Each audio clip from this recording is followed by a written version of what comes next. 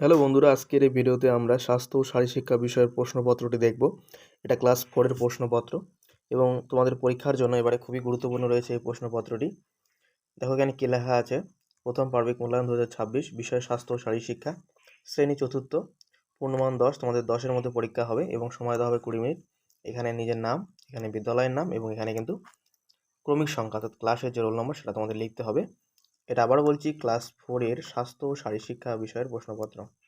আমরা প্রশ্ন এবং উত্তরগুলো দেখে নেব। তোমরা চাইলে এগুলো খাতায় লিখে নিতে মুখস্থ করতে পারো। 1 নম্বরে বলেছে সঠিক উত্তরটি নিচে দাগ দাও এবং এখানে 3 নম্বর আছে। প্রথম প্রশ্ন বলেছে তালাসন অভ্যাস করার সময় আমাদের শরীর তালপাতা, তালগাছ না তালাচাবির মতো আকৃতি ধারণ করে। ঠিক আছে, এখানে সঠিক উত্তর হবে কিন্তু তালগাছ। খ নম্বর ডায়রিয়া রোগে শরীরে ড্যাশের অভাব দেখা যায়, খাবারের, পুষ্টি না জলের? এখানে সঠিক উত্তর জলের অভাব দেখা যায়। 9 নম্বর যাদের গোড়ালিতে ব্যথা আছে তাদের অর্ধপূর্ণাসন অভ্যাস করা উচিত নয়। ঘ নম্বর একটি শিশুর কৃমি হলে তার সঙ্গে তার পরিবারের সকলকে ওষুধ খাওয়ানো উচিত। পরিবারের সকলকে হচ্ছে সঠিক উত্তর। ক্লাস 4 এর কিন্তু এই প্রশ্নপত্রটি খুবই গুরুত্বপূর্ণ রয়েছে। এগুলো তোমরা বই পড়বে, সাথে এগুলো প্রশ্ন কিন্তু দেখবে। হ্যাঁ, সঠিক বাক্যের পাশে টিক চিহ্ন এবং ভুল বাক্যের পাশে কাটা চিহ্ন দিতে বলেছে, যে কোনো দুইটি করতে বলেছে। এখানে 2 নম্বর আছে। প্রথম প্রশ্ন বলেছে যাদের চর্ম চামড়া শুষ্ক তারা ক্রিম ব্যবহার করবে। হ্যাঁ, তারা ক্রিম ব্যবহার করতেই পারে। খ নম্বর অঞ্জনি একটি কানের রোগ না, এটা হচ্ছে একটি চোখের রোগ, এটা কাটা দিব। ঘ নম্বর ডায়রিয়া রোগে বারে বারে পাতলা পায়খানা হয়, সঠিক, তাহলে এটা টিক দিব। এবার দেখো 3-এর প্রশ্ন কি বলেছে। বলেছে একটি বাক্যে উত্তর দাও, যে কোনো 3টি করতে বলেছে। এখানে রয়েছে 3 নম্বর। প্রথম প্রশ্ন বলেছে কানে খোল জমলে আমাদের কি সমস্যা হয়? ঠিক আছে, আমাদের শুনতে অসুবিধা হয়। আমরা এটা লিখব, আমাদের শুনতে অসুবিধে হয়, শুনতে অসুবিধে হয়। দেখো খ নম্বর প্রশ্ন কি আছে। খ নম্বর প্রশ্ন বলেছে অর্ধকুর্মাসনের একটি উপকারিতা লেখো। ঠিক আছে, এটা আমরা লিখব হাঁপানি রোগে যারা ভোগেন, হাঁপানি রোগে, এটা কিন্তু বইও আছে। হ্যাঁ, হাঁপানি রোগে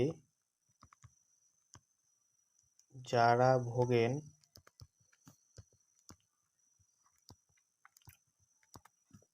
তাদের জন্য এই আসনটি খুবই উপকারী। আসনটি খুবই উপকারী। তোমরা কিন্তু এখানে লাইনে সব লিখে দেবে। হ্যাঁ, আমার এখানে জায়গা নাই দেখে কিন্তু আমি নিচে লিখছি। পরের প্রশ্ন বলেছে কি দেখো, আয়োডিনের একটি অভাবজনিত রোগের নাম হলো কি? এটা হচ্ছে গলগণ্ড। আয়োডিনের অভাবে আমাদের গলগণ্ড রোগ হয়। চোখ থেকে অন্তত কতটা দূরত্বে বই রেখে পড়াশোনা করা উচিত? এটা হবে 1 ফুট। উত্তর 1 ফুট দূরে। ঠিক আছে, দেখো পরের প্রশ্ন কি আছে। পরের প্রশ্ন বলেছে 2-3টি বাক্যে উত্তর দাও, যে কোনো একটি করতে বলেছে। এখানে রয়েছে 2 নম্বর প্রাথমিক চিকিৎসার উদ্দেশ্য কি এবং দাঁতের যত্ন কিভাবে নেব? এখানে 2টা প্রশ্ন আছে, দেখে নাও এর উত্তরগুলো আমরা কিভাবে লিখব। দেখে নাও, প্রথমে আমরা প্রাথমিক চিকিৎসার যে উদ্দেশ্য সেটা দেখব। কি আছে এখানে উদ্দেশ্য, দেখো কি আছে। কোনো প্রাকৃতিক বিপর্যয়, দুর্ঘটনা বা অন্য কোনো কারণে আহত বা অসুস্থ ব্যক্তিকে হাসপাতালে বা ডাক্তারখানায় নিয়ে যাবার পূর্বে রোগীর বিজ্ঞানসম্মত চিকিৎসা ও শুশ্রূষা করাকে প্রাথমিক চিকিৎসা বলে। এখান থেকে কিন্তু তোমরা এটা লিখে দেবে এবং এখানে রয়েছে কিন্তু 2 নম্বর। তারপর দেখো দাঁতের যত্ন আমরা কীভাবে নেব সেটা দেখি কীভাবে আমরা লিখব। দাঁতের যত্নের জন্য আমরা লিখতে পারি 1 নম্বর দিয়ে সকালে ঘুম থেকে উঠে ও রাতে শোয়ার আগে প্রতিদিন মাজন বা পেস্ট দিয়ে অবশ্যই দাঁত মাজা উচিত। তারপরে 2 নম্বর দিয়ে লিখতে পারি দুধ, ডিম, শাকসবজি খেতে হবে। 3 নম্বর দিয়ে লিখতে পারি দন্তমাল নিয়মিত পরিষ্কার করা উচিত।